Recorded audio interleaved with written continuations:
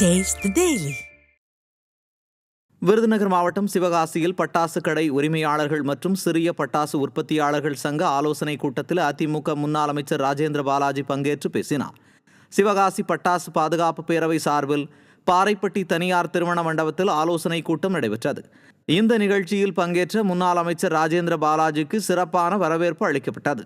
தொடர்ந்து கூட்டத்தில் பேசிய அவர், தமிழகத்தில் கள்ளச்சாராயம், கஞ்சா, போதைப் பொருட்கள் விற்பனையை அனுமதித்துவிட்டு பட்டாசு தொழிலை நசுக்க பார்க்கிறார்கள் என ஆவேசமாக தெரிவித்தார்.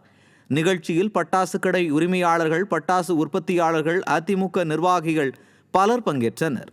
சிவகாசி மாவட்டத்துடைய தொழிலையே நசுக்க நினைக்கின்ற அதிகாரிகளாக இருந்தாலும் சரி, ஆட்சியாளர்களும் சரி, சரியான சம்பட்டியை வரும் தேர்தலில் கொடுப்பதற்கு இந்த பகுதி மக்கள் தயாராகிறார்கள்.